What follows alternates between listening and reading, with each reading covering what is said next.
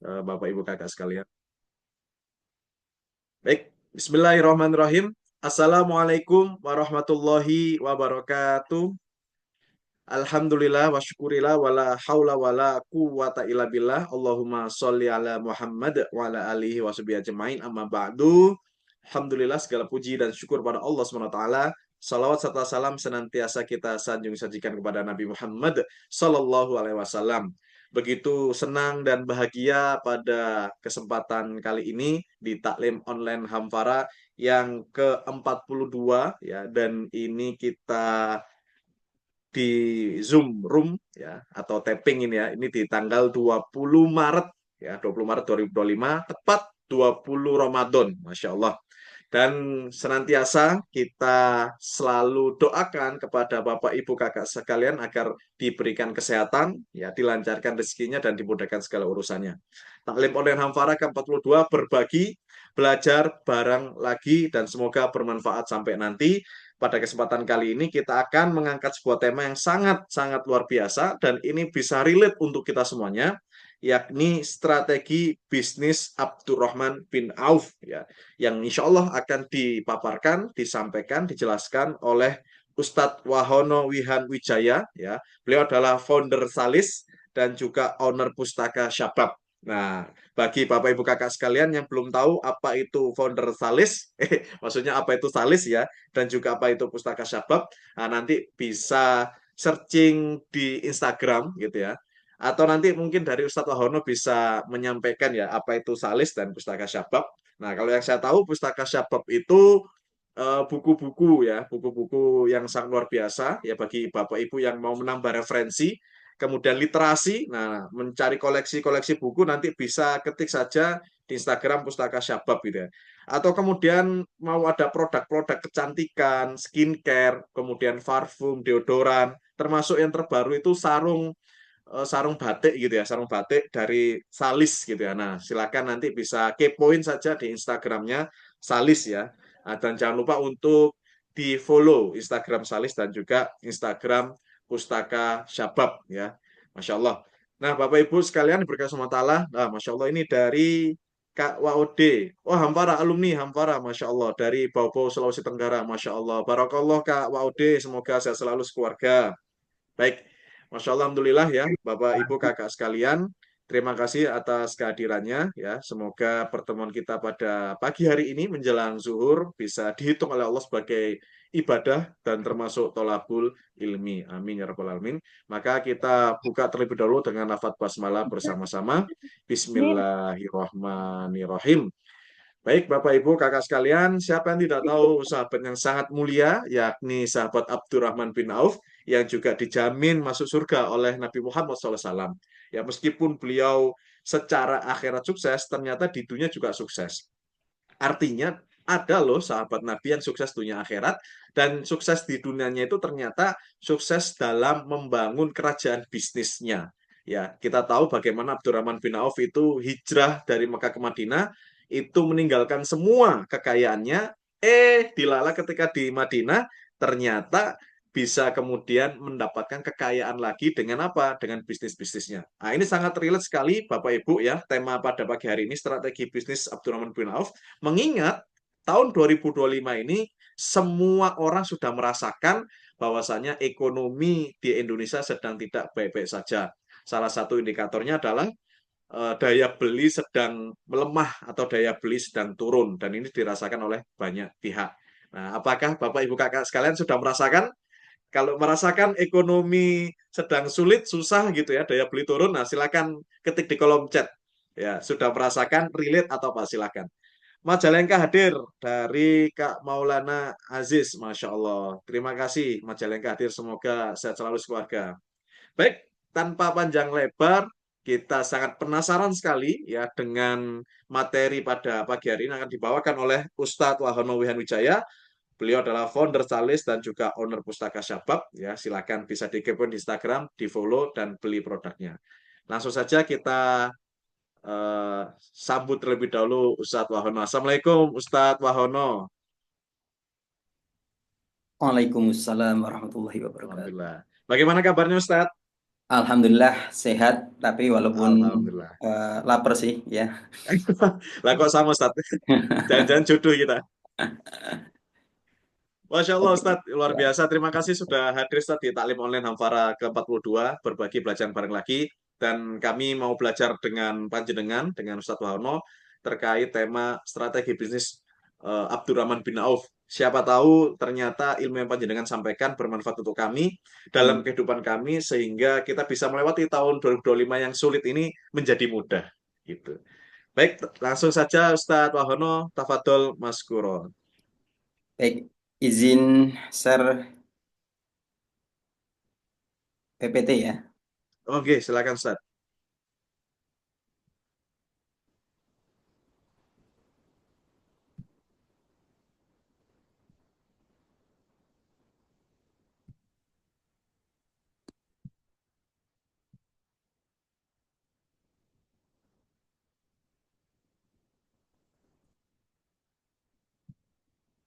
Kelihatan ya?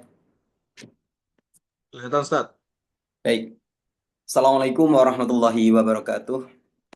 Waalaikumsalam warahmatullahi wabarakatuh. Alhamdulillahilladzi amarna bil ittihad wal i'tisami bihablil matin. Asyhadu an la ilaha illallah wahdahu la syarikalah wa asyhadu anna Muhammadan abduhu wa rasuluhu la nabiyya wa la rasula ba'da. Amma ba'd. Alhamdulillah puji dan syukur kita panjatkan kepada Allah Subhanahu wa taala yang telah memberikan kita kesehatan, kenikmatan sehingga pada kesempatan siang hari ini ya meskipun lapar-lapar ya kita tetap ya tolabul ilmi, tetap kemudian sharing kaitannya dengan strategi bisnis Abdurrahman bin Auf ya. Salawat serta salam semoga tercurah kepada junjungan kita Nabi Allah Muhammad Sallallahu Alaihi Wasallam, suri teladan kita dan kita berdoa semoga kelak di akhirat tidak hanya kita yang mengakui beliau sebagai nabi, tapi nabi kita juga mengakui kita sebagai umatnya.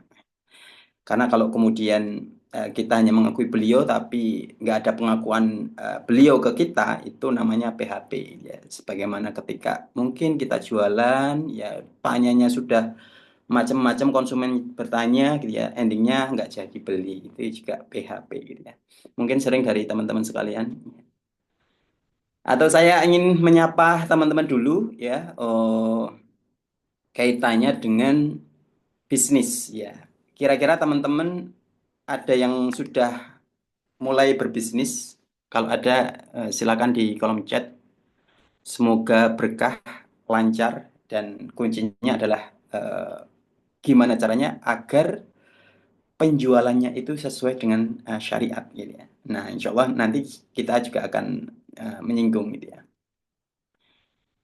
Ada di sini atau mahasiswa semua ini? Oh, Ustadz. Ada bapak ibu juga di sini. Oh, Bapak Ibu ya, Ya, bapak-bapak sama ibu-ibu. Ibu rumah tangga lebih tepatnya. ibu rumah tangga. Oke. Berarti rata-rata belum belum memulai bisnis.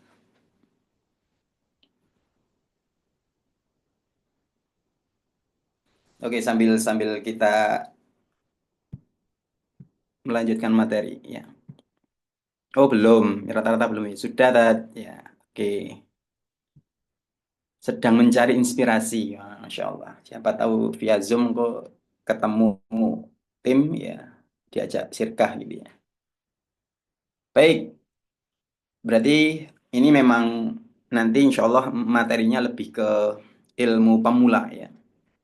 Dan ini sangat cocok sekali ya bagaimana Abdurrahman bin Auf itu ya, beliau adalah sahabat Rasulullah ya, sahabat Nabi ya, di mana ternyata ya selain menjadi top 10 ya masuk surga ya, itu barisan 10 sahabat yang dijamin masuk surga ya. Beliau itu juga strateginya ternyata keren-keren teman-teman sekalian ya dalam bisnisnya gitu ya. Nah, ini perlu kita tiru gitu loh. Kita tiru ya. Ya mungkin selama ini kita baca buku-bukunya orang luar, orang barat ya bisnisnya. Itu nggak apa-apa ya. Cuman mereka dari sisi cara ya itu kadang menabrak syariat ya. Nah, yang jelas dan tepat itu ya sahabat Nabi gitu ya. Di mana secara caranya, strateginya itu insya Allah nggak mungkin kemudian menabrak syariat gitu. Baik, pertanyaan pertama ya. Oh ini ada 3 kunci sukses cepat dan tepat ya. Kira-kira teman mau nggak ini? Kunci sukses ini beda loh dari yang lain ya. Kalau kunci sukses itu rata-rata butuh waktu gitu ya. Nah ini kunci sukses cepat dan tepat. Kira-kira Ustadz Oki mau nggak ini? Mau sekali, Ustadz. Mau Mau sekali. banget. Saya yakin juga teman-teman mau ya. 3 kunci sukses cepat dan tepat. Bahkan ini dilakukan oleh Rasulullah gitu loh. Dilakukan oleh Rasulullah. Apa itu? Ya, 3 kunci sukses ya. Yang pertama, kita harus menjaga kredibilitas. Yang kedua, kita harus disiplin. Dan yang ketiga, nah ini yang dilakukan oleh Rasulullah. Pengen kaya raya secara cepat dan tepat, ya menikahi janda kaya raya. Ya, insya Allah itu berhasil. Kenapa? Itu ya Rasulullah juga menikahi Khadijah yang mana beliau juga seorang pedagang kaya raya gitu lah. Itu kalau mau pengen cepat gitu ya. Nah, seperti itu. Bisa dicoba Ustaz Oki. Saya sudah bisnis kuliner tapi tidak jalan ya. Ya memang nggak jalan kalau kuliner di jalan maksudnya. Ya. Bingung memulai karena modal saya minim nanti ya insya Allah ada solusinya ya.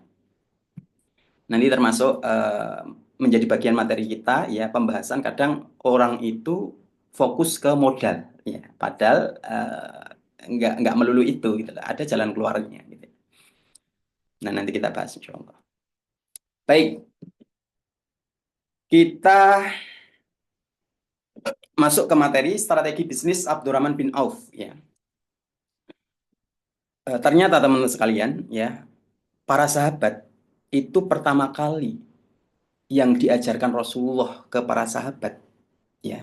Itu bukan kok kemudian cara cuannya itu seperti apa. Cara nyari uang yang banyak itu seperti apa ya. Tapi yang ditanamkan Rasulullah kepada para sahabat itu bagaimana caranya agar mencari harta itu dengan cara yang syar'i, dengan cara yang halal gitu. Maka mereka itu yang pertama kali ditanamkan harus paham dulu penggunaan harta. Dan ternyata konsep daripada para sahabat itu mereka mencari harta agar bisa berbisnis di jalan Allah. Andai harta melalaikannya, maka ia tinggalkan untuk Allah. Itu keren sekali teman-teman sekalian. Jadi mereka itu mencari harta itu ya agar mereka itu bisa berbisnis dengan Allah. Ya, dia bisa berinfak, bisa sodakoh, ya, bayar zakat, ya, ngasih fakir miskin dan lain sebagainya, membantu Islam. Ya. Andai itu kemudian eh, nggak menjadi tujuannya, ngapain cari harta gitu ya? Ya mungkin untuk kebutuhan keluarga saja gitu ya, dan itu. Tapi ternyata di balik itu semua, ya para sahabat itu komitmennya itu mencari harta untuk agar bisa beribadah kepada Allah, berbisnis di jalan Allah, membantu agamanya Allah. Ya. Dan ini janji Allah ya, intang surullah yang surkum gitu ya. Siapa saja yang kemudian menolong agama Allah, pasti Allah akan ditolong. Gitu. Dan ini menjadi kunci para sahabat gitu ya, kan gitu. Andai harta melalaikannya, maka ia tinggalkan untuk Allah. Ya. Contoh misalnya, pernah sahabat Umar bin Khattab ya, itu ketika itu sibuk di kebun kurma ya. Beliau sibuk di kebun kurma, ngurusi kurma gitu ya. Nah, ketika sholat asar ya, beliau pulang ya. Beliau pulang sesampai ya, ke masjid mau sholat asar, ternyata di mereka itu Umar bin Khattab itu ketinggalan sholat asar gitu. Ketinggalan jamaah gitu. Apa yang dia lakukan? Langsung berucap, innalillahi. Ini gara-gara kebun kurma saya. Akhirnya apa? Ngomong di depan halayak, saksikanlah ya, wahai rakyat ya bahwa saya menyedekahkan ya kebun kurma yang membuat saya lalai sholat jamaah asar. Ya. Jadi disedekahkan itu kebun kurma gitu ya. Itu kan mentalnya luar biasa gitu ya. Coba kita ya sibuk dengan apa? Dengan mungkin motor kita gitu ya.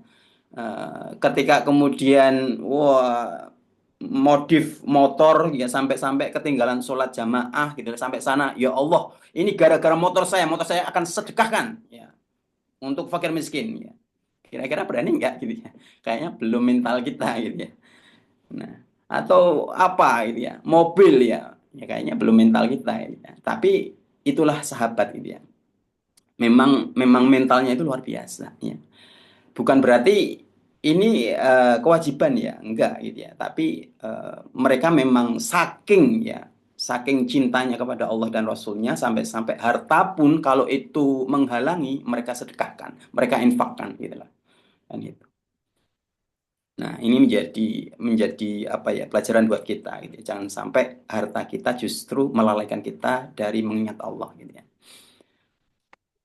Baik, Rasulullah bersabda, Ya'ti 'alan nasi zamanun la yubali al-mar'u ma akhadha minhu aminal halali aminal harami ya rawahul Bukhari wa Muslim ya akan datang pada manusia suatu zaman ya ketika seorang tidak peduli akan apa yang dia ambil apakah dari yang halal ataukah dari yang haram hadis riwayat Bukhari dan Muslim nah ini hadis Rasulullah ini sebagai eh, rambu-rambu buat kita. Ternyata akan ada zaman di mana orang-orang sudah tidak mempedulikan halal dan haram. Ya. Dan ternyata kalau kita melihat realitas zaman ini, itu masuk ke dalam sabda Rasulullah ini. Gitu. Coba kita lihat cek ya, judol, pinjol, ya, pencurian, korupsi dan lain sebagainya. Mereka kan nggak ngaruh gitu loh.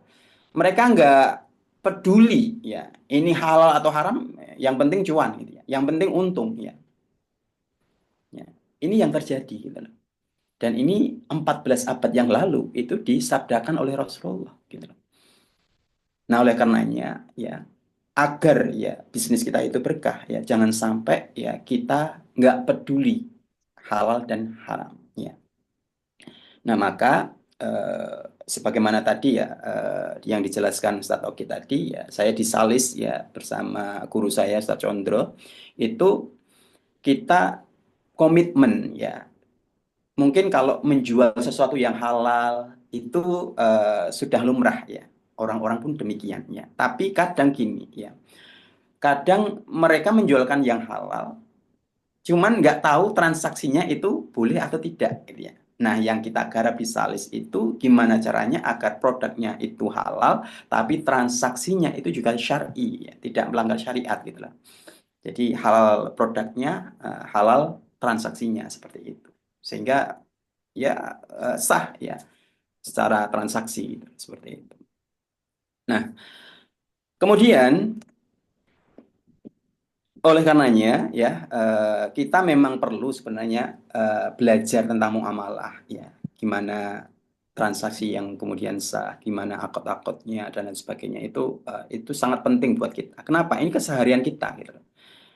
Ke pasar misalnya, itu kan saya sering jumpai gitu ya. Itu ada orang yang bayar semaunya gitu loh. Ya, ambil produk ya. Ini berapa ini? Sekian ya. 100.000, 50 ya. Ya. Wes 50 ini uangnya gitu langsung dia pergi gitu loh. Kok bisa-bisanya seperti itu gitu loh. Itu nggak sah loh. Eh, Transaksinya nggak sah ya. Apa yang dia bawa itu haram, jadi haram ya. Kenapa? Karena belum belum sah gitu loh. Dan ternyata yang menjual tadi itu nggak ridho gitu nah. Nggak ridho gitu. Nah, ini sering terjadi ya di pasar ya.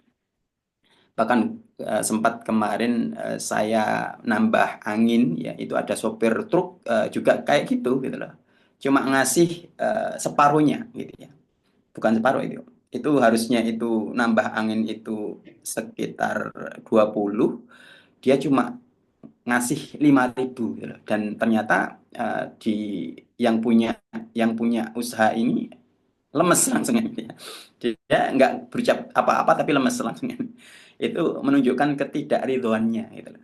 Nah, hal yang semacam ini kelak akan dihisab oleh Allah gitu ya. Kan itu. Nah, oleh karenanya, insya Allah pada hari ini kita akan belajar kaitannya dengan gimana sih strategi bisnis Abdurrahman bin Auf ya. Karena menurut Ibnu sebentar, kok tiba-tiba hilang.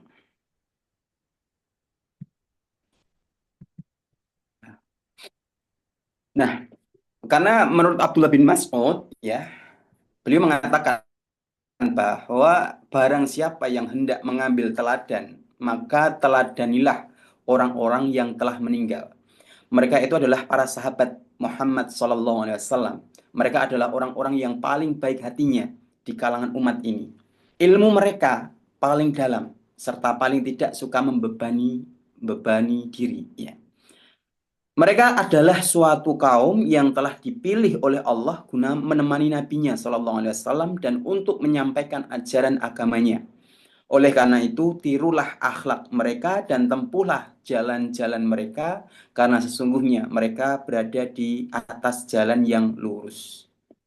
Nah, ini perintah atau kemudian saran dari Abdullah bin Mas'ud untuk apa? Untuk meniru ya akhlak ataupun menempuh jalan-jalan yang jalan ini adalah ditempuh oleh para sahabat. Gitu ya. Kenapa? Karena mereka lah yang paling tahu karena satu masa bersama Nabi gitu loh. Mereka pernah melihat Nabi ya berperang bersama ya bermuamalah dan lain sebagainya sehingga paham benar ya mana halal mana haram gitu. Dan sebaik-baik teladan adalah generasi terbaik ya yaitu pada masa Rasulullah dan para sahabat gitu ya. Nah, kali ini kita akan bahas tentang Abdurrahman bin Auf ya. Abdurrahman bin Auf ya itu kalau nama asli itu Abdu Amru ya. Abdu Amru. Itu sebelum Islam itu namanya Abdu Amru. Kalau setelah Islam dinamai Abdurrahman bin Auf ya. Lahir 10 tahun setelah tahun gajah ya. Meninggal 652 pada umur 72 tahun ya. Adalah salah seorang dari sahabat Nabi Muhammad yang terkenal. Kira-kira ini berarti selisih sama Nabi berapa tahun nih? Ada yang bisa jawab nggak?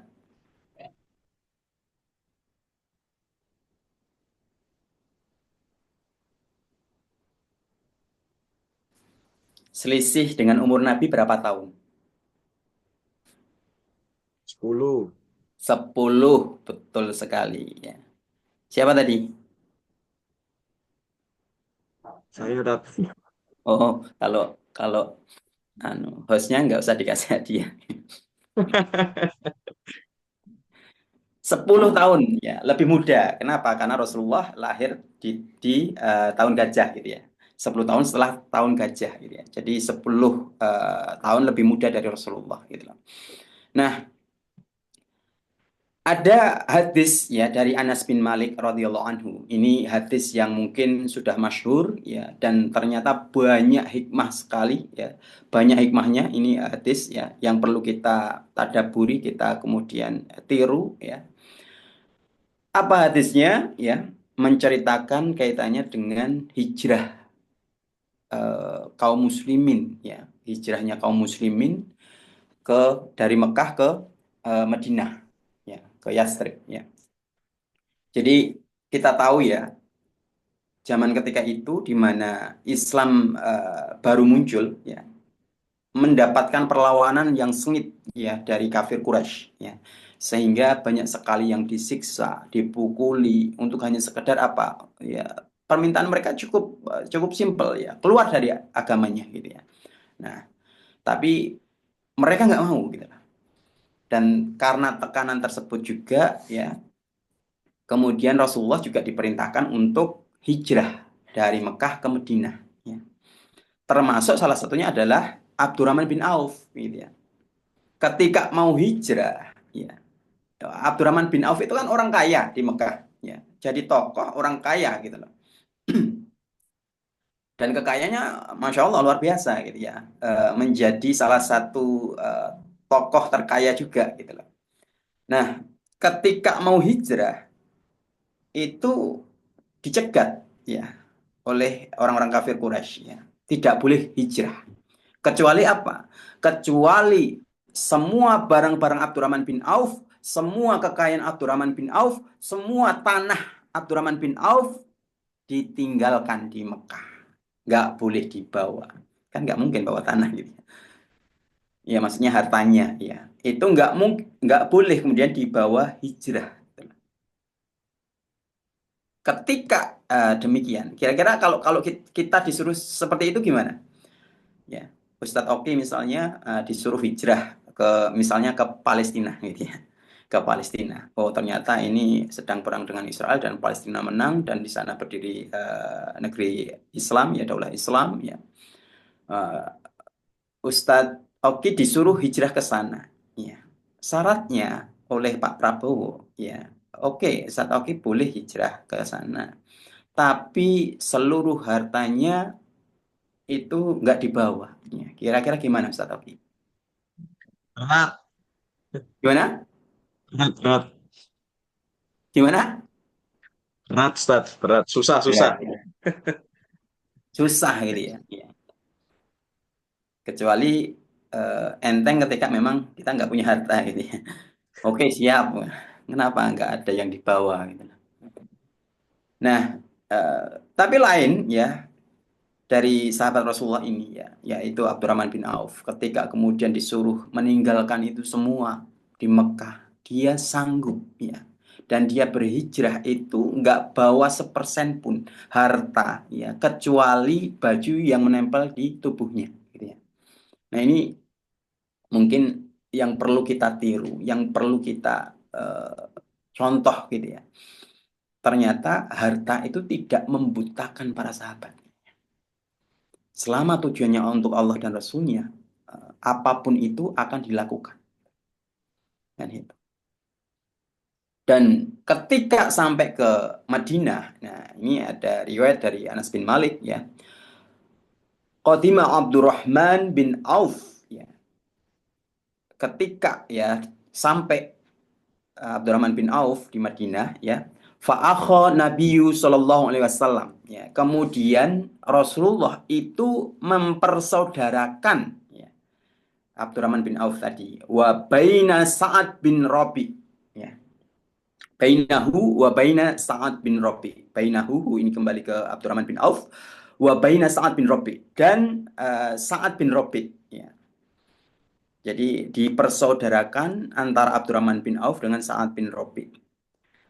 Ini konsep ini luar biasa teman-teman sekalian. Ya. Bagaimana sosok Rasulullah Muhammad SAW itu punya ide yang brilian, ide yang keren. Ya. Bayangkan ada sekelompok ya orang-orang dari muhajirin ya yang mereka nggak punya apa-apa ya mereka miskin wong hijrah nggak bawa apa-apa gitu. Terus kemudian ada orang Ansor ya yang notabene mereka pribumi dan orang kaya gitu ya punya gitu ya. Nah kalau pemimpin yang mungkin nggak punya ide brilian mereka dia akan bingung gitu loh. Ini dibawa ke Madinah itu terus gimana makan mereka gitu. Gimana kemudian tempat tinggal mereka? Ya. Gimana kehidupan mereka? Akan bingung gitu loh. Tapi Masya Allah, Rasulullah Muhammad itu menunjukkan kecerdasan beliau. Ya. Briliannya ide beliau. Mempersaudarakan antara si kaya dan si miskin. Disaudarakan. Agar apa? Bisa menjalani kehidupan. Yang namanya disaudarakan, yang namanya saudara itu saling membantu. Ya. Nggak punya makanan, ya kasih makan. Nggak punya tempat tinggal, kasih tempat tinggal. Gitu ya. Dan itu. Nah ini konsepnya luar biasa. Gitu ya. Dan ketika itu Abdurrahman bin Auf eh, zilallahnya ya, itu dipersaudarakan dengan Sa'ad bin Robi yang mana Sa'ad bin Robi itu juga orang kaya gitu loh. Salah satu tokoh terkaya di Madinah gitu. Punya kebun banyak ya, punya istri banyak gitu ya. kan gitu. Punya harta banyak gitu loh. Nah, ketika itu ya dipersaudarakan oleh Sa'ad bin Rabi Al-Ansori ya, orang Ansor ya. Wa indal Ansori imra'atani ya. Nah, ini mohon maaf ya orang Indonesia ya. Ini tradisinya orang Ansor ya. Itu ketika di Ansor itu sudah biasa imra'atani ya. Punya dua istri gitu ya. Jadi sudah menjadi adat sana ya. Itu rata-rata orang-orang itu istrinya dua gitu. Gitu Ustaz Taufik ya. Nah,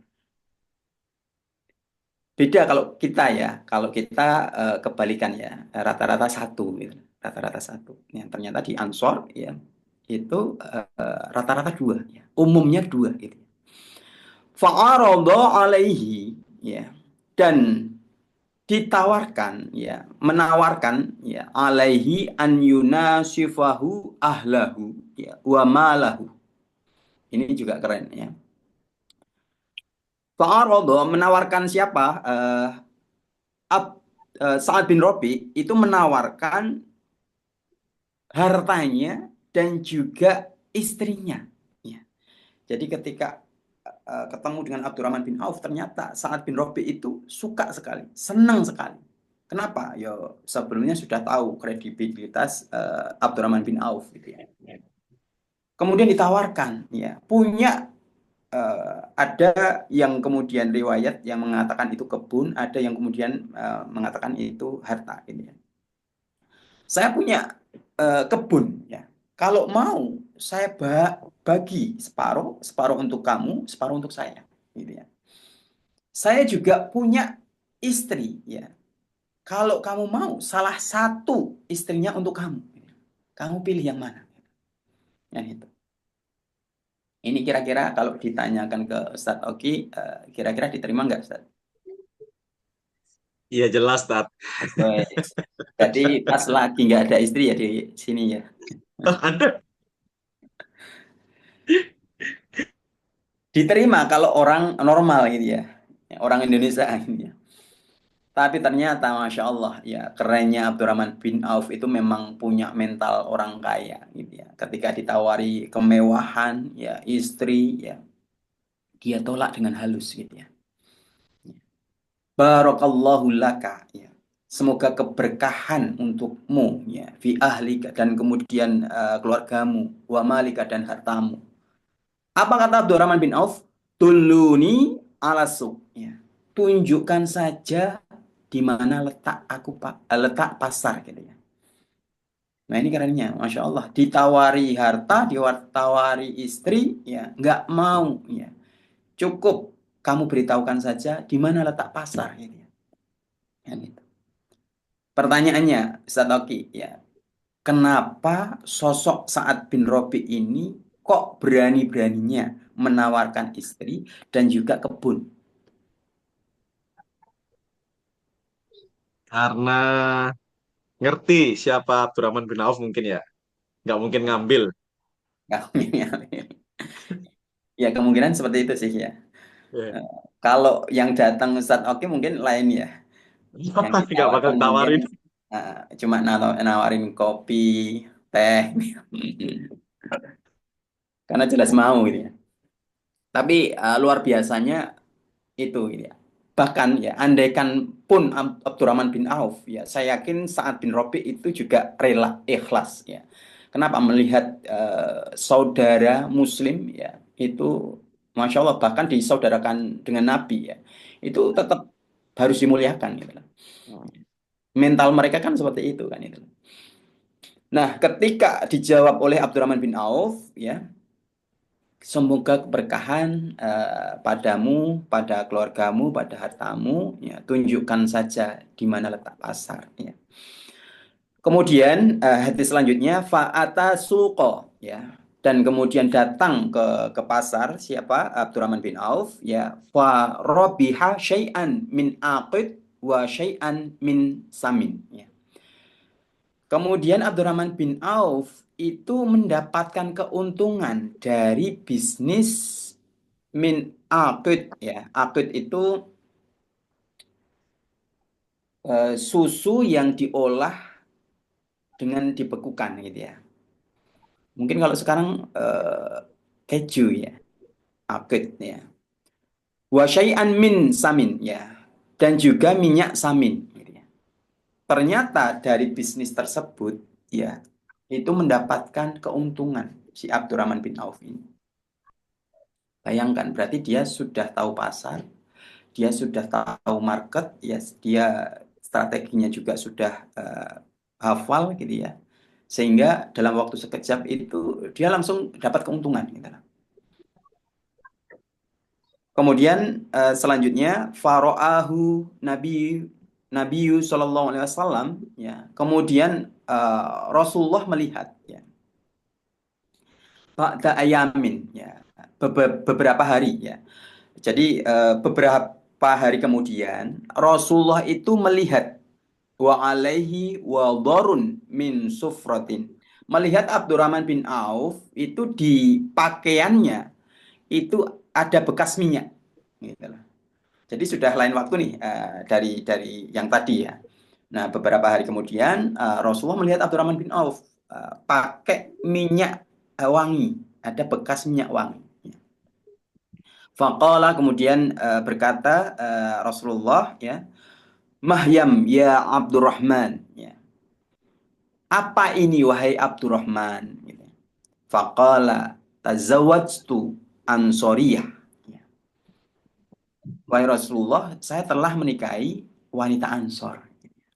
Qala ya. Fama sukta ilaiha. Rasulullah bertanya gitu ya. Apa maharnya gitu ya. Qala wazna nawatin min dhahabin. Eh, emas yang beratnya itu kayak buah kurma, biji kurma gitu ya. Wasna nawatin min dahab ya. Jadi emas seberat biji kurma ya. Kita tahu ya kurma ya, ya. Itu beratnya seberapa itu ternyata dibuat mahar oleh Abdurrahman bin Auf ya, berupa emasnya. Qala aulim walau bisyatin ya. Kata Rasulullah ya, adakan walimah walaupun hanya menyembelih kambing. Bayangkan teman-teman sekalian, hanya menyembelih kambing itu sesuatu yang enteng bagi mereka gitu ya. Jadi sesederhana ketika itu ya, itu nyembelih kambing gitu lah. Kalau kita kan nyembelih kambing sudah wah gitu ya. Kan itu. Kita ayam mungkin ya yang sederhana gitu ya. Gitu. Dan ini menunjukkan teman-teman sekalian, bayangkan Abdurrahman bin Auf itu belum lama berbisnis, kemudian baru punya keuntungan itu tadi wazna nawatin min dhahabin, langsung gue nikah gitu loh, langsung gue mahar gitu loh. Ya. Berapa banyak para pemuda yang uang sudah ada, mental juga sudah ada, tapi menunda-nunda menikah gitu ya. Ini kan eh, ada apa gitu loh. Kasihan para akhwat perempuan yang menunggu kan gitu loh. Kan gitu. Maka jangan salah kemarin ada yang menikah dengan nenek, apa kakek-kakek gitu ya. Wah, yang perempuan cantik ya kakek-kakeknya eh, ya sudah berumur gitu ya. Itu menikah mau gitu ya. Kan itu. Nah, ini mungkin catatan untuk yang belum menikah ya. Kalau sudah siap ya, kemudian mental sudah ada ya, siap menafkahi juga ya, ya udah menikah gitu loh.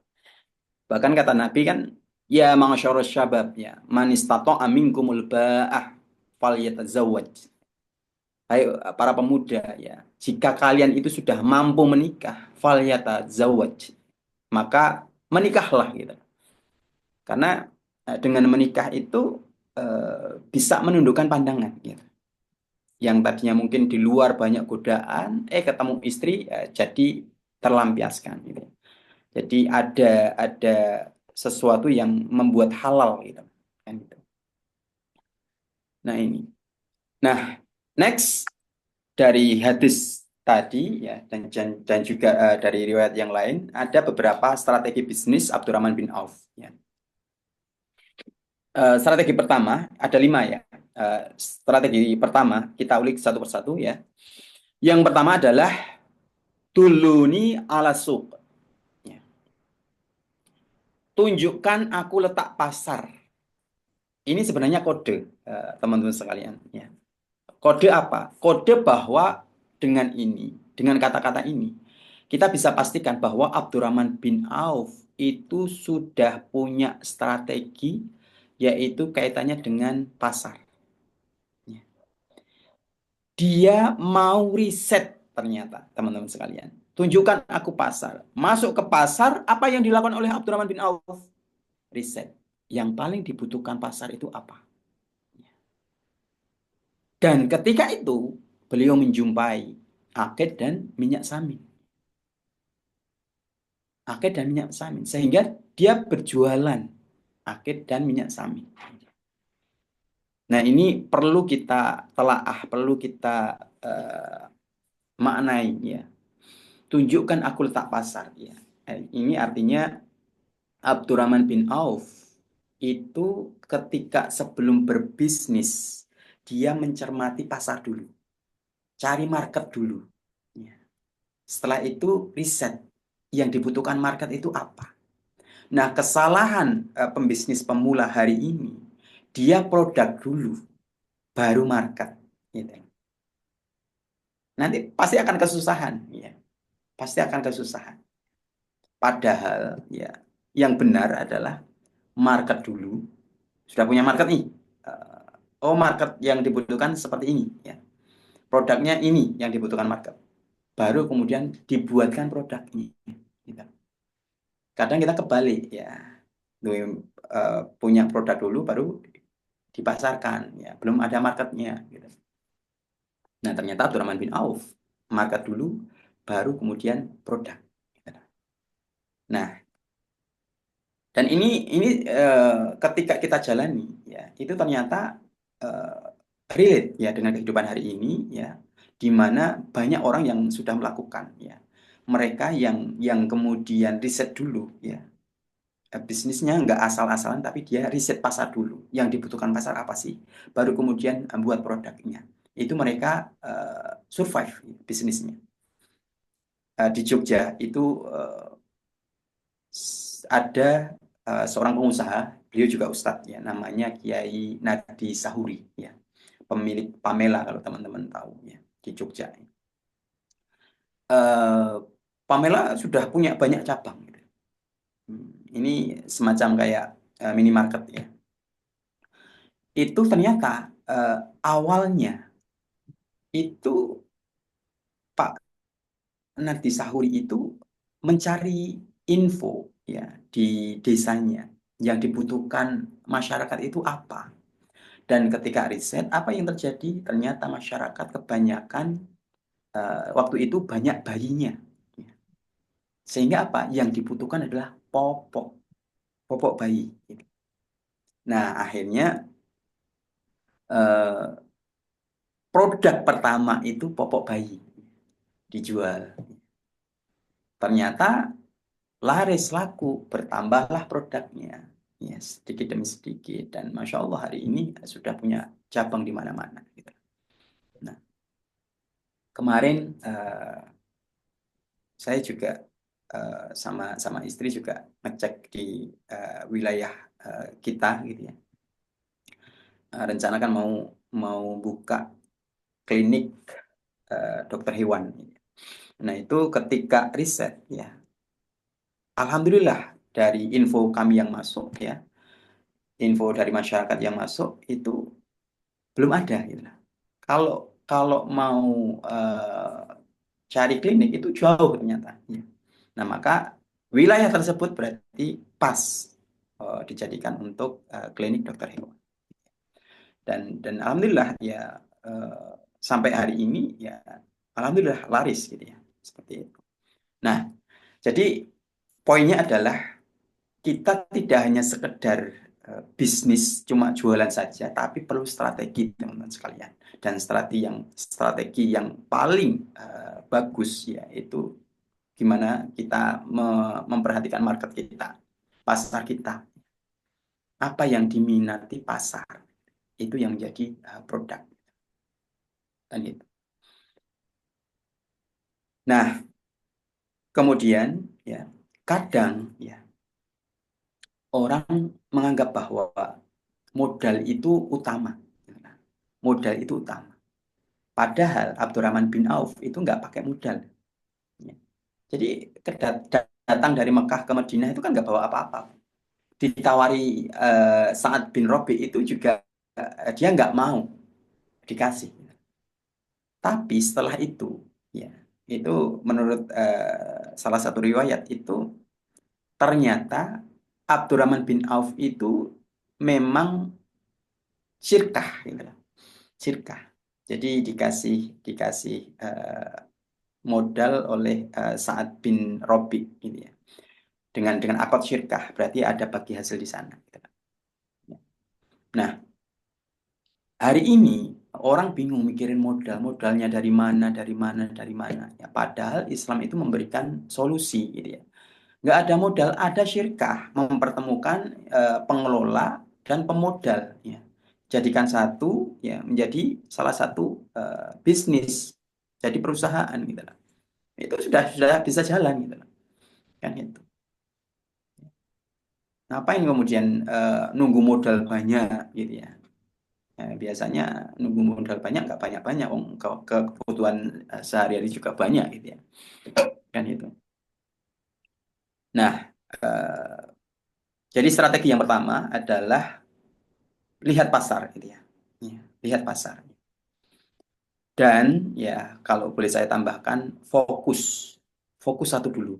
Ya, teman, kalau kalau menurut saya satu dulu, baru tambah yang lain ketika satu ini sudah bagus, gitu ya.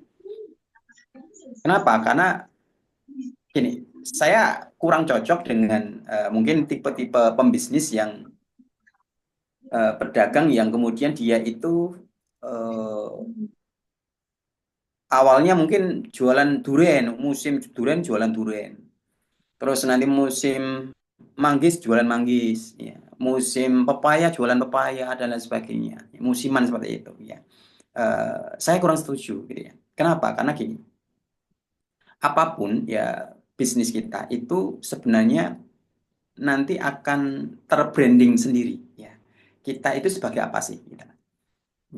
Ketika kita menjual buku, ya, maka biasanya ini yang saya alami, ya. Ketemu sahabat teman itu langsung mereka itu ngelinknya itu buku, gitu loh. Eh, antum punya buku sahabat Rasulullah ini enggak? Iya. Langsung, ya. Oh, punya. Nah, closing, jadi closing, gitu loh. Jadi kita ketika membawa bisnis kita ke kesuksesan, gitu ya, itu menjadi branding kita bahwa kita itu penjual buku, gitu loh. Gitu.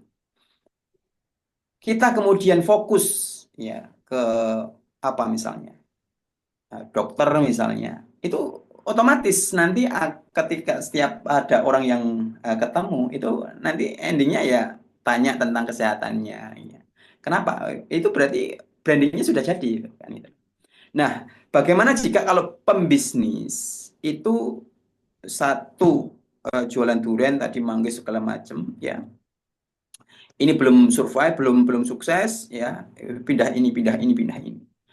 Masyarakat akan bingung, gitu lah. Melihat dia itu, ini bisnisnya apa sih, gitu lah. Mau beli durian tapi sudah nggak jualan durian, ya. Ketika ditanya, saya mau pesan durian nih, oh udah nggak musim nih, gitu ya.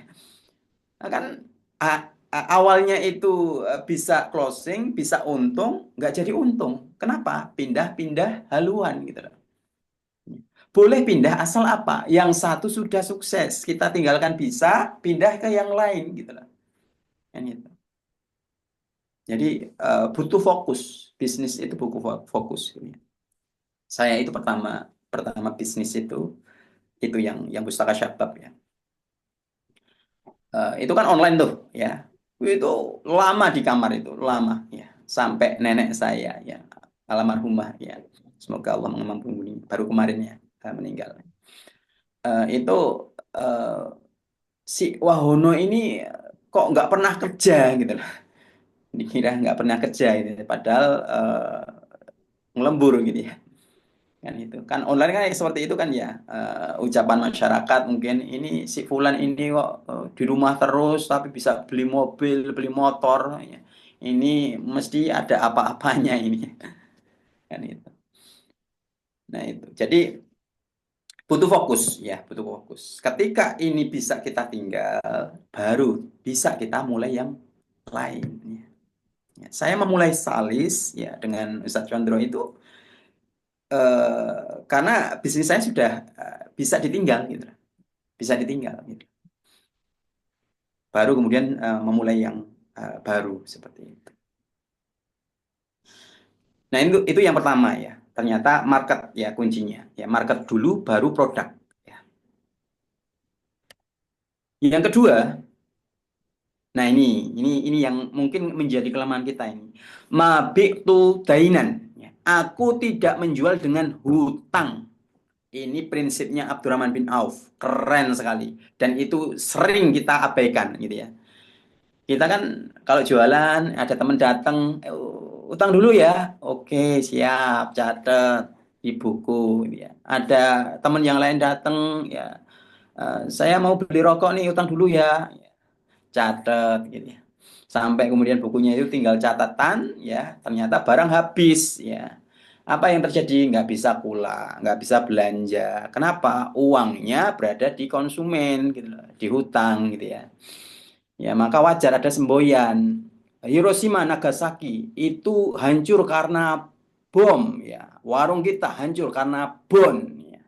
Itu relate itu. Kan itu. Nah, Abdurrahman bin Auf itu nggak pakai hutang. Ya. Kalau ada pembeli, konsumen yang hutang, nggak dilayani. Mohon maaf, kita nggak menerima hutang. Gitu. Kan itu. Loh berarti pelit dong Abdurrahman bin Auf. Jangan salah. Ya kita lihat sedekahnya luar biasa. Ya. Justru Abdurrahman bin Auf itu bisa memanage mana ini bisnis, mana ini sedekah. Gitu. Bisnis perhitungan, iya memang harus perhitungan, ya harus detail gitu loh. Sedangkan sedekah harus jor-joran, iya gitu loh. Dan Abdurrahman bin Auf bisa melakukan itu. Di bisnisnya beliau detail, nggak menerima hutang. Kan itu.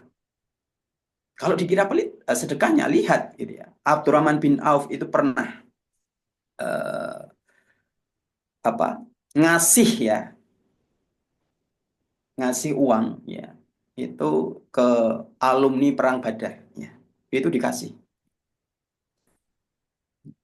per bulannya berapa.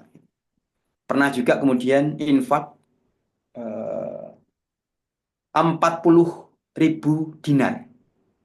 40.000 dinar. Itu ketika dirupiahkan berapa, Ustaz Togi? 40.000, kalau sekarang, kalau di emas yang kita jual di Salis itu, eh, emas murni ya, itu satu dinarnya sekarang 7,5 juta. Ya, tinggal dikalikan 7,5 kali 40.000 dinar. Itu berapa miliar itu ya, besar gitu ya.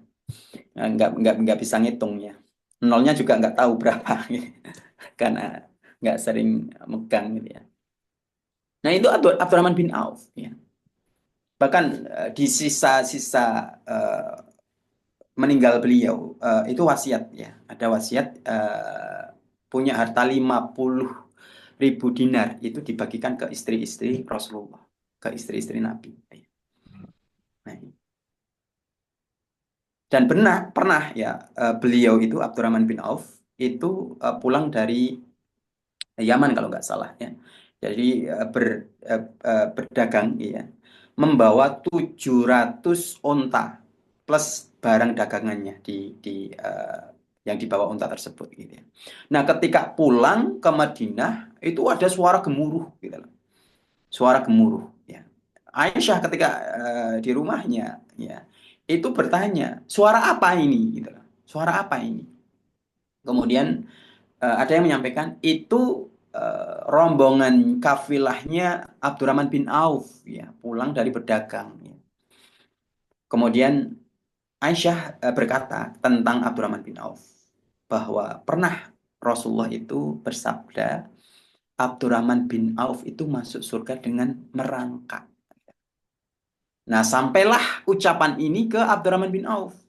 Ketika sampai Abdurrahman bin Auf datang ke Aisyah ya bertanya ya, apa benar apa yang engkau katakan bahwa saya masuk surga dengan merangkak? Iya. Kenapa kok bisa merangkak?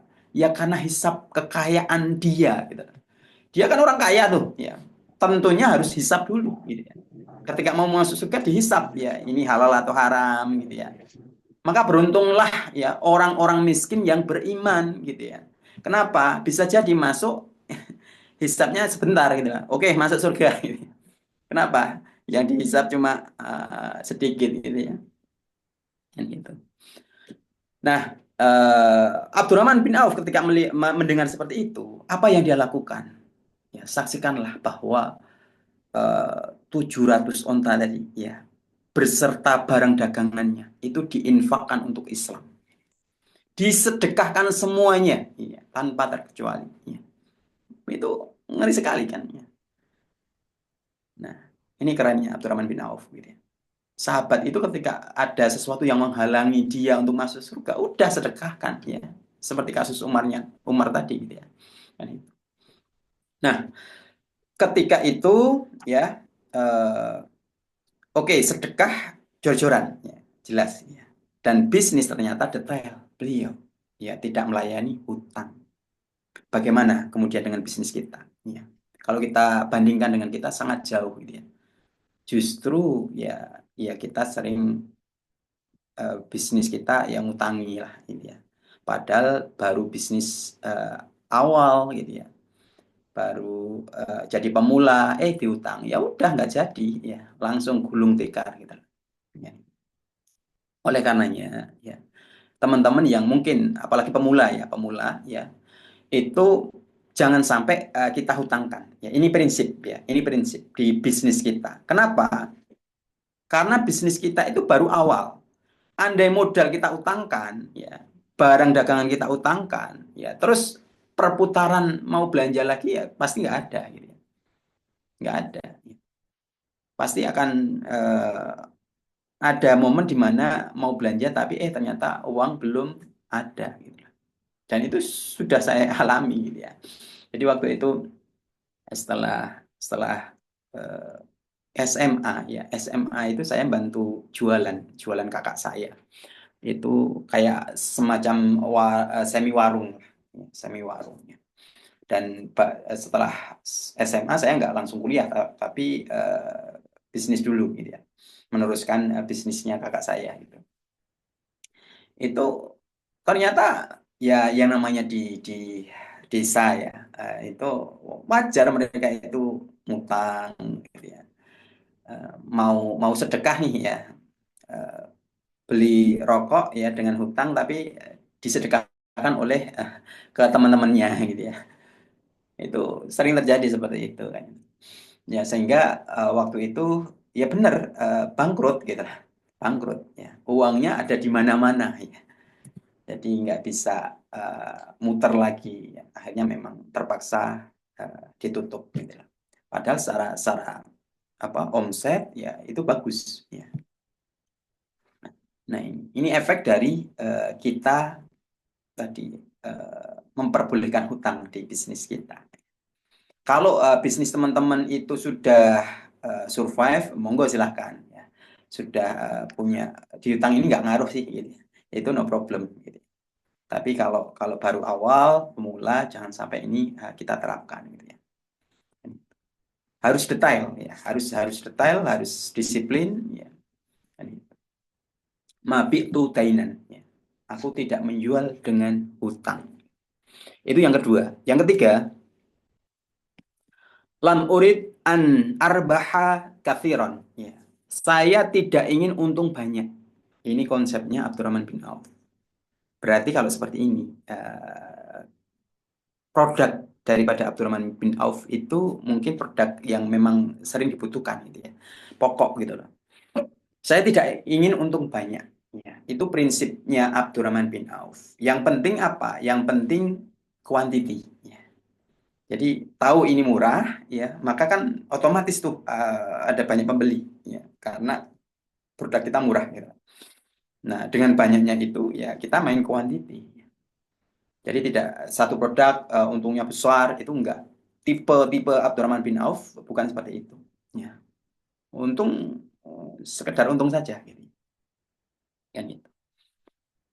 Nah, nanti coba coba cek teman-teman sekalian, yang bisnisnya untungnya itu nggak muluk-muluk ya. Itu rata-rata mereka banyak yang dicari ya. Konsumen suka penjual seperti itu gitu lah.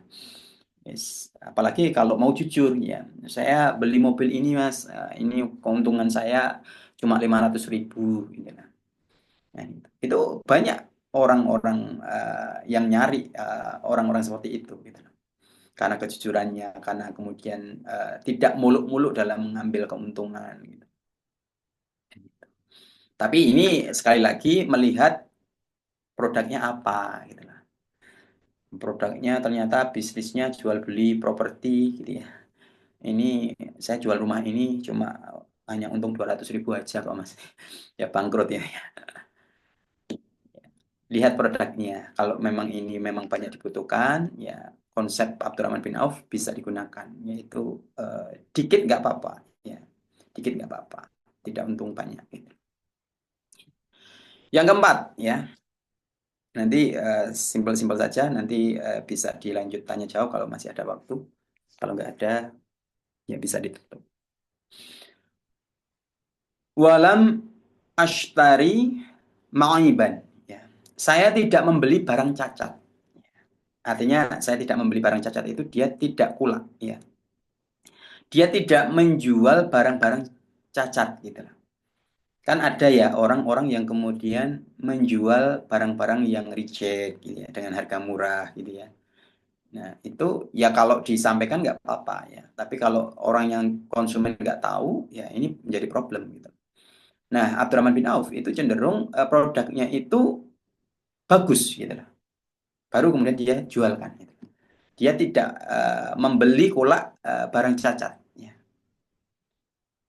Nah, ini yang mungkin perlu kita share ke pedagang-pedagang di luar sana, apalagi di pasar ya. Kadangkala juga banyak kasus yang jual lombok gitu ya.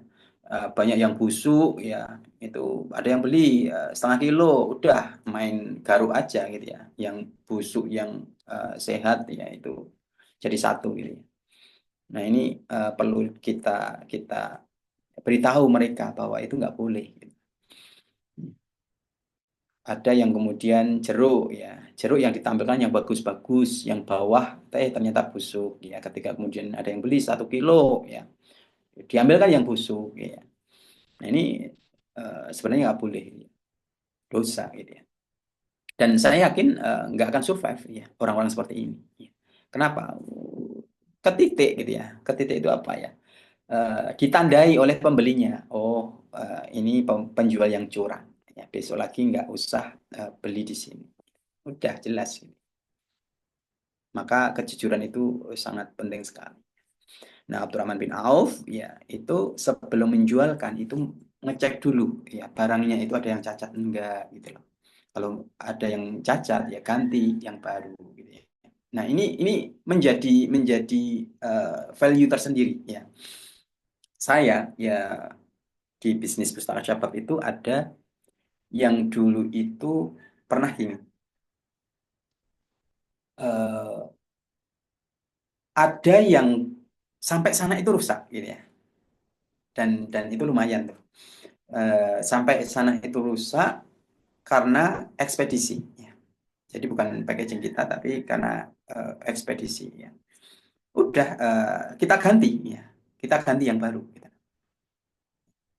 Nah, jadi setiap pembelian kok produk sampai sana rusak, ya kita garansi ya kita ganti yang baru. Itu ke semua pembeli kita. Dengan seperti itu mereka nggak mungkin akan kapok gitu loh. Bahkan pernah ya, pernah ini masalah apa ya? eh, Membangun trust ke konsumen ya. Waktu itu eh, ini masalah integritas ya. Jadi ada konsumen beli produk kita ya. Waktu itu sama admin saya itu ternyata waktu itu awal-awal marketplace ya. Saya pernah waktu itu menjual di marketplace-nya. Itu dia sudah ngambil barang, ya, sudah milih barang, sudah kemudian transfer. Cuman dia pengen ganti produk gitu loh. Ganti produk dan harganya lebih murah gitu loh. Ada sisa uang itu sekitar berapa ya itu ya? 5.000 atau 15.000 saya lupa gitu. Kayaknya 15.000 ya. Sisa uang 15.000. Itu kemudian sama pembeli itu diikhlaskan. Ini untuk pustaka syabab saja ya. Diikhlaskan untuk pustaka syabab ya.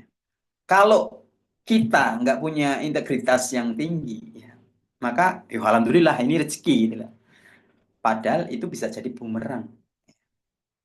Maka ketika itu untung ya admin itu tanya ke saya, Ustadz gimana ini ada sisa seperti ini mau diikhlaskan. Saya bilang jangan ya tetap dikembalikan.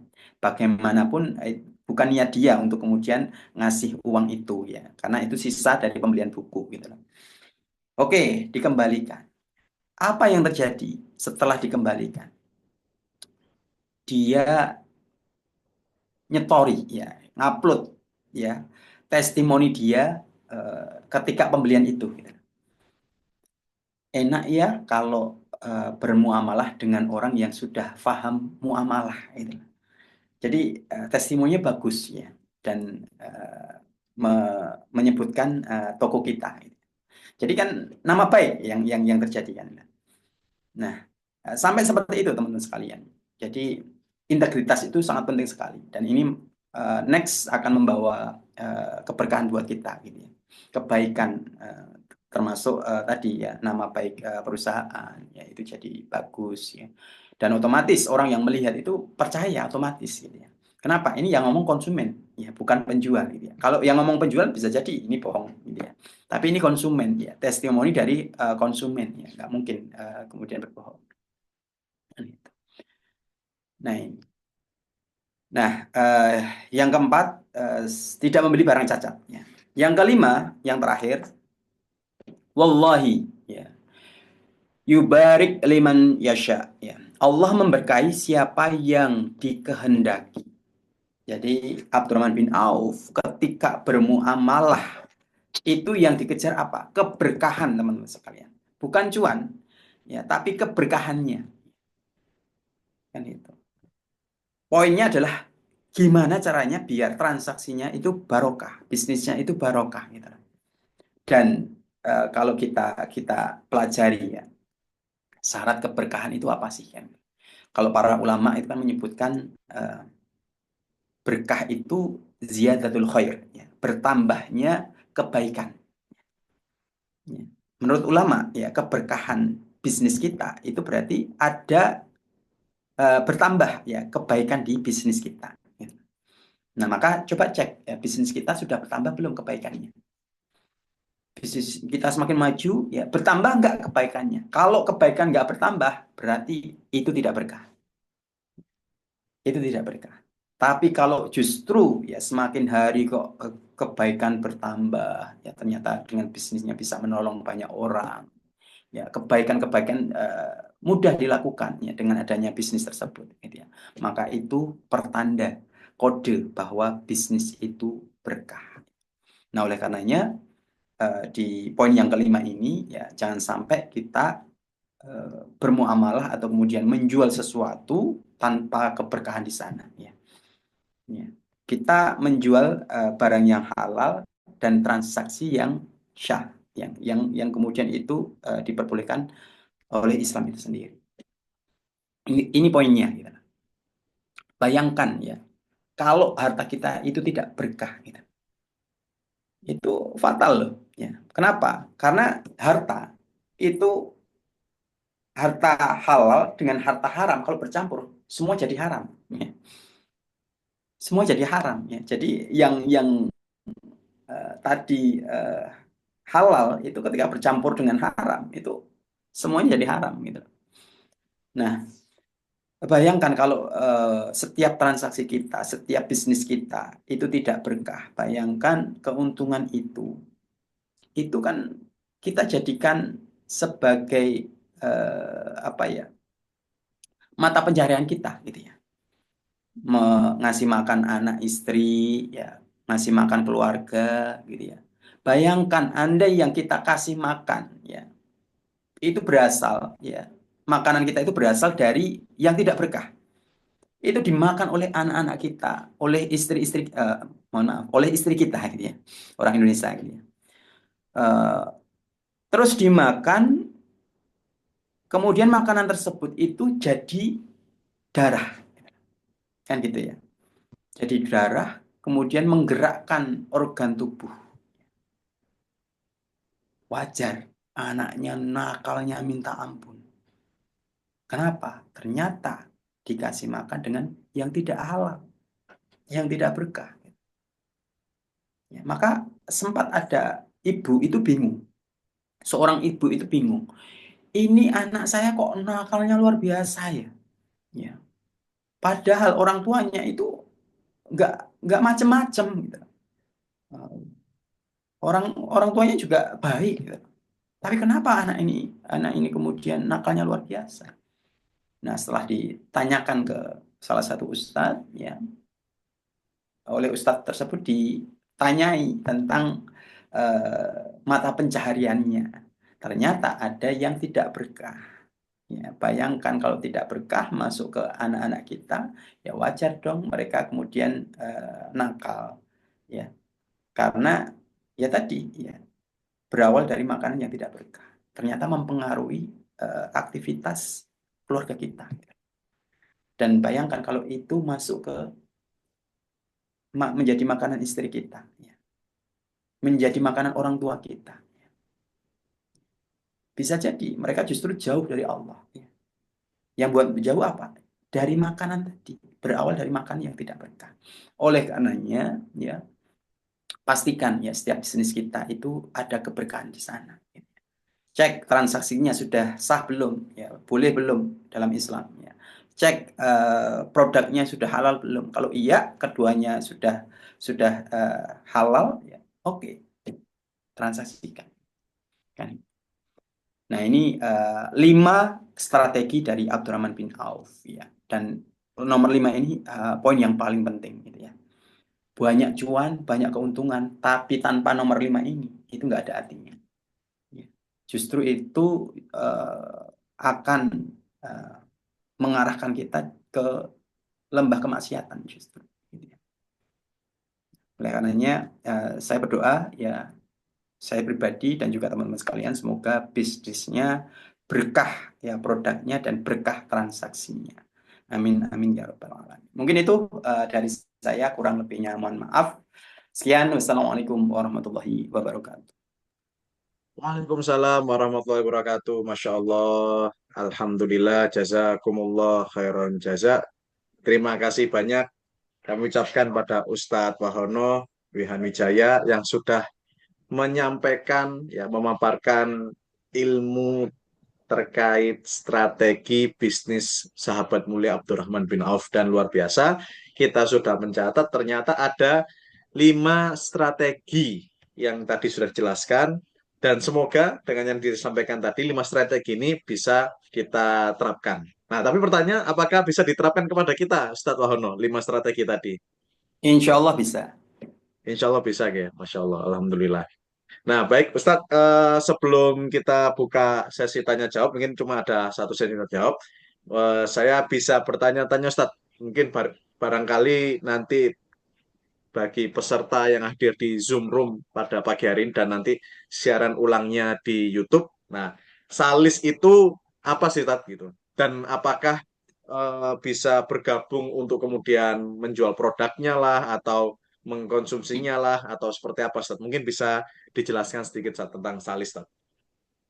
Baik, Salis itu sebenarnya awalnya dulu itu lahir ketika pandemi. Jadi Hmm. ketika pandemi waktu itu 2020, ya, kita kita berdiri. Ketika itu melihat teman-teman, ya, itu banyak yang di PHK, ya, karena bisnis kan ketika itu langsung menurun drastis, gitu ya, banyak yang gulung tikar, gitu ya, sehingga nggak punya pekerjaan, gitu. Akhirnya di saat situasi seperti itu kita inisiatif sekaligus untuk menolong teman-teman juga ya, kita membangun Salis ya. Nah, Salis ini perusahaan yang bergerak di bidang distribusi produk ya. Komitmen kami ya itu ya tadi produknya itu wajib halal ya, dan juga transaksinya juga halal. Jadi nggak sekedar produknya tapi juga transaksinya yang halal gitu. Dan ya alhamdulillah dari beberapa tahun yang sudah kita lalui ya itu alhamdulillah banyak terbantu ya. Banyak teman-teman yang bergabung menjadi dropshipper, menjadi agen gitu ya. Nah, ini kan menjadi bisnis sampingan buat mereka gitu loh. Ya. Sehingga ini bisa membantu perekonomian mereka juga gitu loh. Karena memang dulu komitmen kita ya membangun perekonomian umat gitu ya. Ada yang guru juga banyak yang kemudian jadi dropshipper gitu ya. Jadi apa, bisnis sampingan lah ya. Karena online itu kan nggak butuh waktu, nggak butuh, bukan waktu sih, ruang ya, nggak butuh tempat Ya. gitu ya. Dimanapun bisa gitu lah. Itu tinggal Mhm. upload.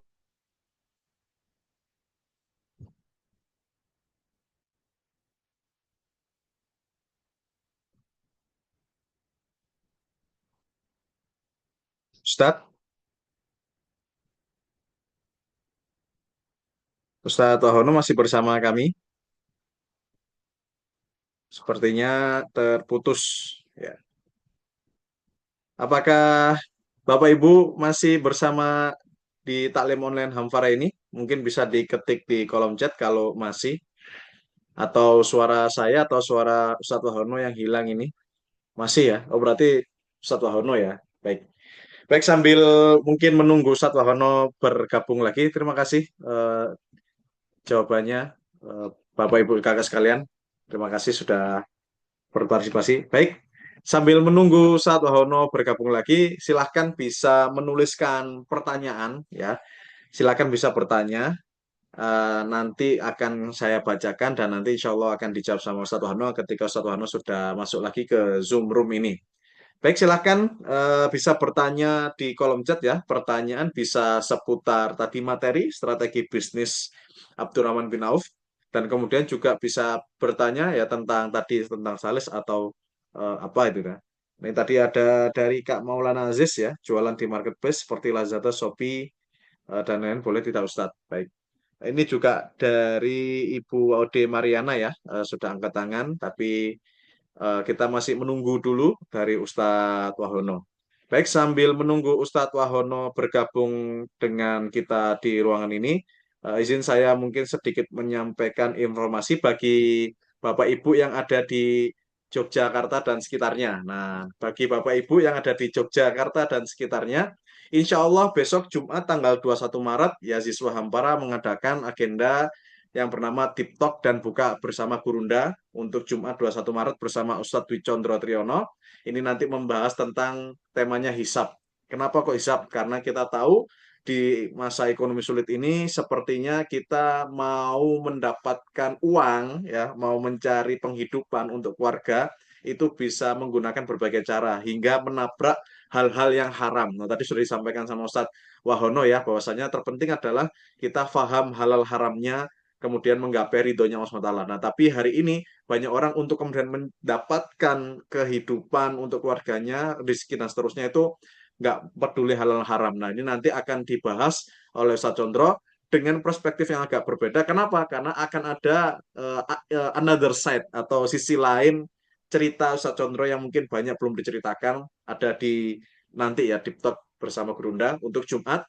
Kemudian untuk Senin 24 Maret itu nanti bersama Ustadz Ismail Wisanto tentang harmoni. Bagaimana bisa mengharmonisasikan antara diri, keluarga, dan dakwah. Karena kita tahu banyak sekali para pengendakwah yang kemudian keluarganya mungkin susah untuk diajak taat juga atau kemudian malah membenci atau melawan gitu ya. Nah, tapi nanti akan ada another set juga dari Ustadz Ismail Wisanto, bagaimana Ustadz Ismail Wisanto juga sudah mempraktekkannya dan saya pribadi sebagai saksinya berhasil membuat keluarganya dan beliau itu menjadi satu harmoni dalam taat dan juga dakwah. Nah, nanti bisa menghubungi nomor yang tertera di sini ya, 0896 0225 4422. Dan terbatas sekali karena kuota kursinya masing-masing tinggal 3 kursi. Ya, tinggal 3 kursi ya. Baik tanggal 21 dan juga 24 ini sisa 3 kursi. Saya beri harga Rp250.000. Ini untuk Jogja dan sekitarnya ya. Ini buka bersama dengan pengalaman baru bagi diri Anda atau bisa mengajak pasangan Anda yang halal. Baik, ini alhamdulillah Ustadz Wahono sudah kembali bergabung dengan kita. Baik Ustadz, mungkin bisa tadi sedikit dilanjutkan tentang salis termasuk bisa menjawab sebuah pertanyaan yang agak relate ini di sini tentang jualan di marketplace seperti Lazada, Shopee dan lain-lain boleh tidak Ustadz gitu. Termasuk apakah bisa apa ya, bisa bergabung dengan salis itu caranya bagaimana? Begitu, Ustadz Wahono. Monggo. Baik. Eh, Bergabung dengan Salis ya, ya alhamdulillah bisa ya kita buka kemitraan ya baik kemudian agen maupun dropshipper. Kalau teman-teman mungkin yang belum punya modal bisa kemudian gabung dulu menjadi dropshipper. Kalau sudah punya modal ya itu nanti bisa gabung menjadi keagenan ya, mitra keagenan ya. Nanti insya Allah di Salis ya ada bimbingannya, baik kemudian itu bimbingan muamalah ya dengan guru kita langsung ya Ustadz Wijandro Triyono, dan juga bimbingan untuk penjualan. Nah, nanti insya Allah langsung dengan saya gitu ya. Nah, selain itu kita juga insya Allah ya produk-produk kita itu siap bersaing di pasaran gitu ya. Jadi secara kualitas ya alhamdulillah kemarin juga banyak testimoni yang masuk dan mereka merasa cocok dengan produk-produk kita alhamdulillah.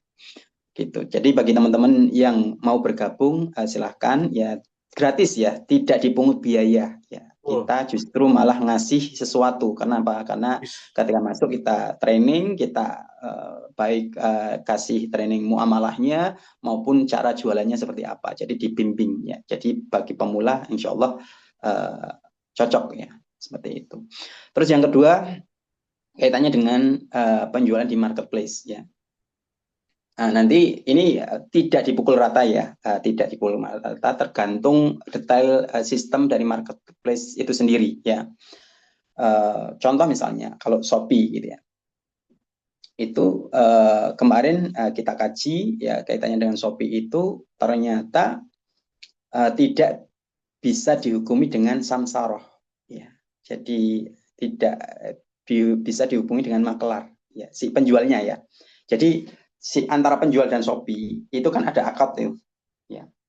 Nah, Shopee menyediakan lapak ya. Terus kemudian penjual ya itu jualan di lapak Shopee tersebut gitu. Nah, di sana ada fee ya. Fee-nya itu kalau kemarin-kemarin yang saya pelajari itu kan berapa persennya. Ya, jadi Shopee itu dapat sekian persen ya dari penjualan ya. Kalau dulu masih 2,5 ya. Ya. Ada macam-macam, ada setiap tahun kayaknya berbeda. Nah, kita ketahui bahkan jumhur ulama ya itu mengatakan bahwa ujroh itu harus fix ya, tidak boleh prosentase. Ya. Nah, sementara hubungan penjual dan Shopee itu harusnya ini sewa gitu loh. Ya. Harusnya diujroh si Shopee ini. Ya. Cuman nggak boleh prosentase gitu loh. Kalau prosentase berarti menurut pandangan kami ya juga guru kita Satu Chandra Tiono itu nggak boleh gitu loh. Harus misalnya si Shopee ini mendapatkan 3.000 ya dari setiap penjualan ya gitu, atau berapa yang penting fix ya rupiah berapa rupiah gitu loh. Nggak prosentase ya, nggak prosentase. Ini gitu. Nah terus kalau ada yang mengatakan ini makelar kok ya, ini makelar kok ya, ini samsaroh ya, akadnya samsaroh. Nah pada faktanya kita cek, kita lihat nggak memenuhi fakta samsaroh gitu, nggak memenuhi fakta makelar. Yang namanya makelar itu kan mempertemukan penjual dan pembeli, dipertemukan, rembukan, oke, deal, deal, fee dapat gitu loh. Nah, yang terjadi di marketplace ya itu yang terjadi misalnya salah satu contohnya adalah Shopee ya. Pengen beli apa? Pengen beli buku. Oh, di sini ada toko buku. Ketika masuk ke marketplace ya, itu iya memang ada toko buku, tapi toko bukunya itu banyak gitu loh. Yang mana ya? Yang mana masuk itu sudah banyak gitu ya. Nah, kecuali kalau memang detail ya Shopee mengarahkan pengen cari buku. Oh, ini di Pustaka Syabab gitu ya. Ini silakan deal-dealan ya. Ketika deal dapat fee-nya itu no problem gitu ya. Tapi yang terjadi itu tadi ya. Di sana pun masuk pun masih pembeli masih milih yang mana gitu loh. Belum mempertemukan gitu loh. Belum mempertemukan seperti itu. Kasusnya seperti itu. Dan itu tadi poinnya adalah andai misalnya si marketplace itu ngasih penjual itu ngasih fix ya, itu bukan persentase, itu boleh. Ya. Nah, monggo silakan bisa dicari marketplace yang fee-nya itu fix ya, fix rupiah gitu ya, bukan prosentase seperti itu. Allahu a'lam bishawab. Baik, Masya Allah. Artinya Bapak Ibu sekalian, kalau mau bisa berjualan halal dan bahkan dibimbing oleh guru luar biasa ya, Ustadz Wahono dan Ustadz Insyaallah. Condro, bergabung dengan Salis dan itu sangat menguntungkan. Sangat menguntungkan, dijamin berkah Ustadz ya, insya Allah. Amin. Dan Insyaallah. tadi jawaban mengenai marketplace ini juga out of the box ya. Mungkin banyak tidak tahu tentang masalah penjualan marketplace. Masya Allah. Baik, ini pertanyaan terakhir dari Ibu Waode Mariana. Masya Allah, tadi beliau juga izin sambil memeriksa pasien. Masya Allah. Silakan Ibu Waode Mariana.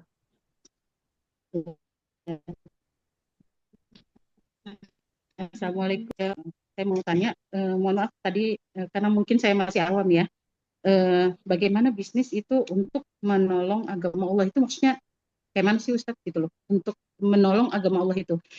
Jenis bisnis kita dari apapun itu ya, mungkin dari segi kesehatan atau segi jasa ataupun misalnya dari segi yang lain, bagaimana bisnis kita itu digunakan untuk menolong agama Allah itu kayak mana gitu Ustadz? Mohon maaf, satu saya belum ngerti.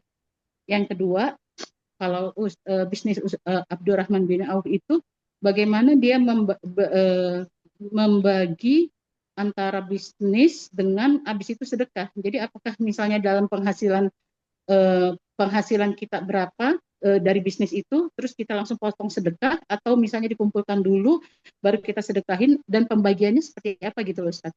Terima kasih Ustaz. Ya, Assalamualaikum warahmatullahi wabarakatuh. Waalaikumsalam. Saya langsung jawab ya. Ya. Baik, yang pertama kaitannya dengan yang dimaksud dengan bisnis yang menolong agama Allah ya. Ya, kita tahu ya, Allah menjanjikan kita intang surullaha yang surkum ya. Barang siapa yang menolong agama Allah, maka akan ditolong Allah gitu. Nah, yang kita bahas ya kaitannya dengan bisnis menolong agama Allah itu dengan bisnis tersebut ya. Kita mau berbisnis nih ya. Oke lah, mungkin secara kebutuhan keluarga ya kita sudah tercukupi ya, tapi tidak berhenti di situ ya, kita juga pengen berbisnis di jalan Allah ya. Nah, artinya gini, dengan bisnis itu kita bisa membantu dalam hal agama Allah ya. Artinya gini, dengan keuntungan yang kita hasilkan dari bisnis tersebut ya, keuntungan tadi ya bisa membantu agama Islam ya. Contoh kalau zaman dulu peperangan ya, ada masa sulit ya, ketika itu ada perang Tabuk di sana, itu Masya Allah peperangan yang sangat sulit ya, sampai-sampai para sahabat itu di perjalanan itu menyembelih unta itu bukan dimakan dagingnya, tujuan utamanya bukan dimakan dagingnya, tapi untuk diminum airnya gitu ya.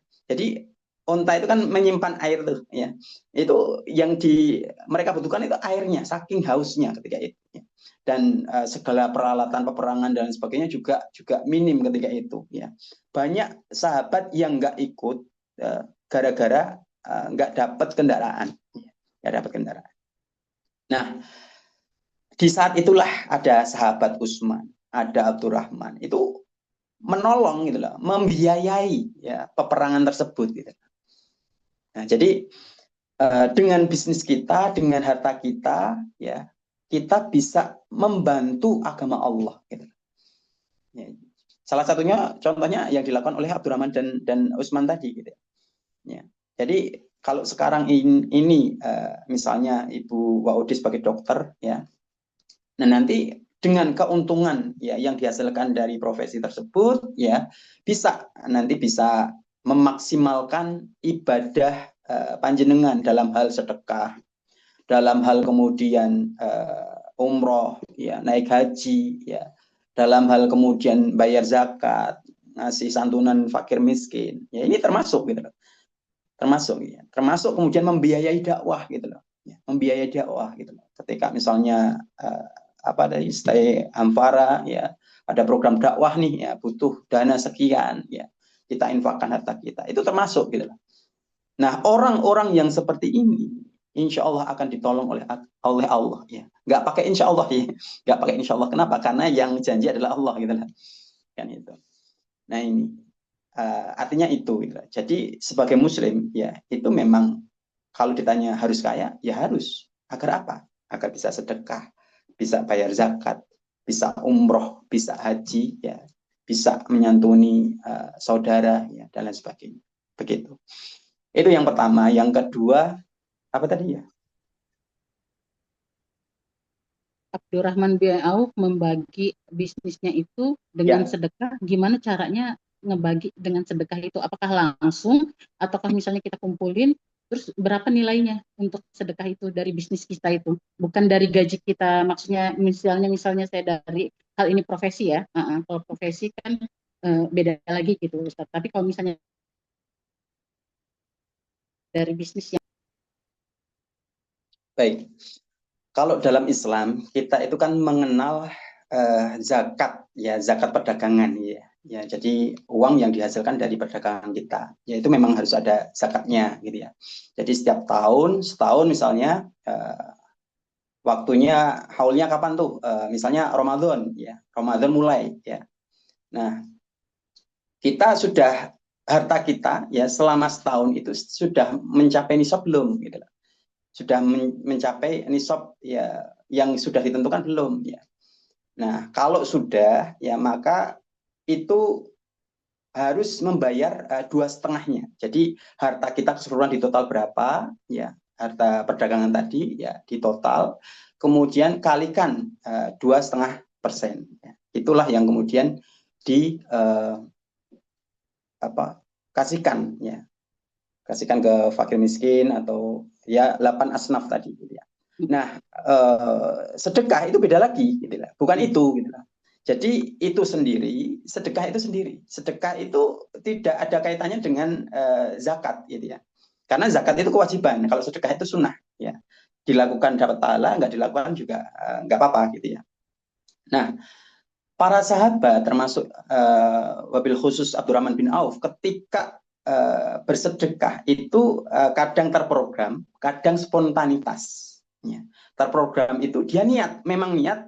Ini untuk Islam, ini untuk perang besok, ya dia niatkan sekian. Ya.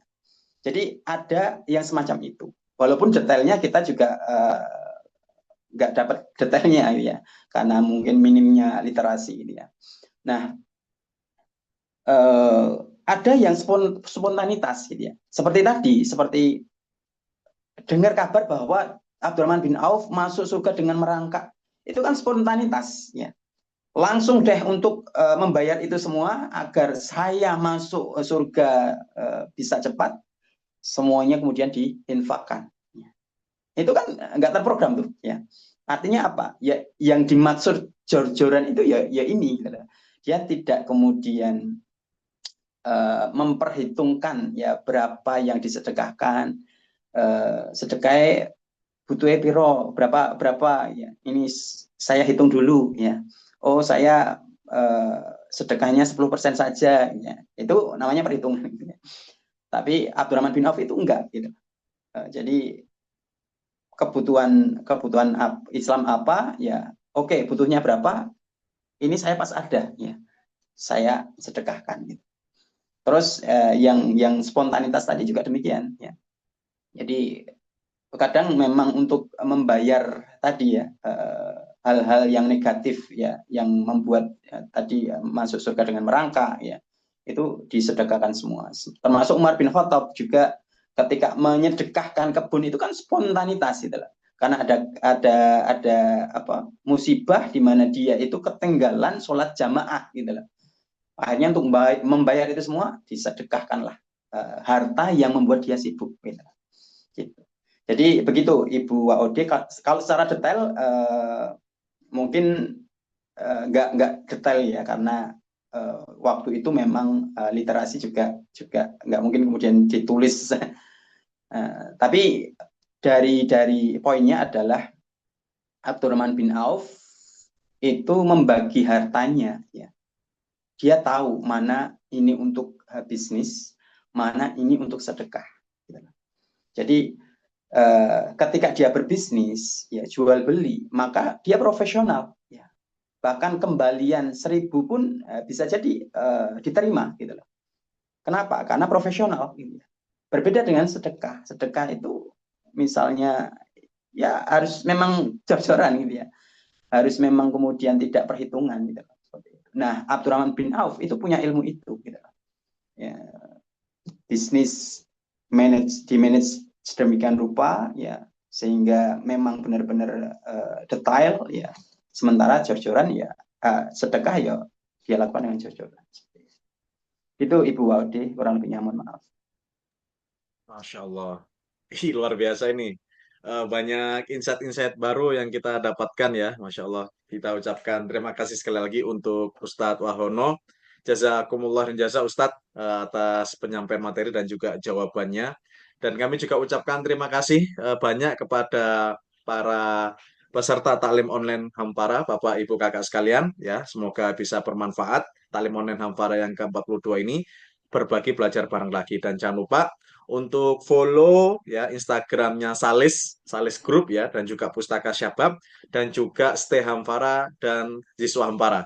Nah, bagi tadi sudah disampaikan oleh Ustadz Hono ya, bagi Bapak Ibu yang mau ingin berdonasi atau berwakaf untuk pembangunan kampus Stay Hampara Yogyakarta, baik itu pesantrennya atau masjidnya, nah nanti bisa menghubungi kami ya, bisa WA kalau ada di grup Taklim Online Hampara, atau nanti bisa cek di Instagram Siswa Hampara. Ya, semoga menjadi pahala investasi, pahala jari yang sangat menguntungkan bagi Bapak Ibu Kakak sekalian. Baik, sebelum kita tutup, kita minta Ustadz Wahono memberikan closing statement ya terkait tema pada pagi menjelang siang ini, strategi bisnis ya Abdurrahman bin Auf. Tafadhol Ustadz untuk closing statement-nya. Baik. Bisnis ya, itu kata guru kita tidak hanya sekedar untung rugi, tapi surga dan neraka ya. Artinya apa? Setiap bisnis kita yang kita lakukan itu kelak ya dipertanggungjawabkan kepada Allah. Harta kita dari mana ya, untuk apa ya, itu pasti akan ada hisab ya. Ya, sebagaimana tadi temanya UDC tadi. Nah, oleh karenanya ya, saya menasihatkan saya pribadi dan juga teman-teman sekalian ya, yuk mari kita dalam hal berbisnis ya, itu memperhatikan ya, mana halal, mana haram. Andai itu masih abu-abu, jangan sampai itu dilakukan. Kenapa? Karena bisa jadi ini menjadi wasilah kita masuk neraka. Naudzubillah ya. Dan kita berharap semoga bisnis kita ya itu membawa keberkahan, sehingga bisnis kita itu menjadi wasilah kita untuk meminta surganya Allah Subhanahu wa taala. Amin amin ya rabbal alamin. Mungkin itu dari saya, kurang lebihnya mohon maaf. Saya akhiri, wassalamualaikum warahmatullahi wabarakatuh. Waalaikumsalam warahmatullahi wabarakatuh. Terima kasih banyak sekali lagi Ustadz Wahono. Kita doakan ya semoga Ustadz Wahono diberikan kesehatan sekeluarganya, dilancar segala urusannya, dan ditolong oleh Allah SWT, karena kita saksikan pada pagi ini Ustadz Wahono telah menolong agama Allah dengan ilmu-ilmunya pada kita semuanya ya. Dan jangan lupa sekali lagi yang mau bergabung dengan Salis, langsung aja dikepoin ya Instagramnya Salis ya. Dan juga kalau mau berdonasi melalui Siswa Hampara untuk pembangunan pesantren dan masjid, mumpung bulan suci Ramadan juga bisa langsung hubungi admin Siswa ya di WA atau kemudian di DM Instagram Siswa Hampara. Dan juga insya Allah nanti ini akan ada rekamannya, akan kami kirim ya di saluran WA Stay Hampara Siswa Hampara, dan juga insya Allah di grup WA Siswa Hampara. Dan kami ucapkan terima kasih. Semoga puasanya lancar ya Bapak Ibu ya. Dan semoga 10 hari terakhir ini kita dipertemukan oleh Allah, yakni malam Lailatul Qadar ya. Semoga kita dipertemukan oleh Allah malam Lailatul Qadar di Amin. 10 hari terakhir ini. Sekali lagi terima kasih. Dan jaga kesehatan. Amin. Kita tutup dengan istighfar 3 kali. Astagfirullah, astagfirullah.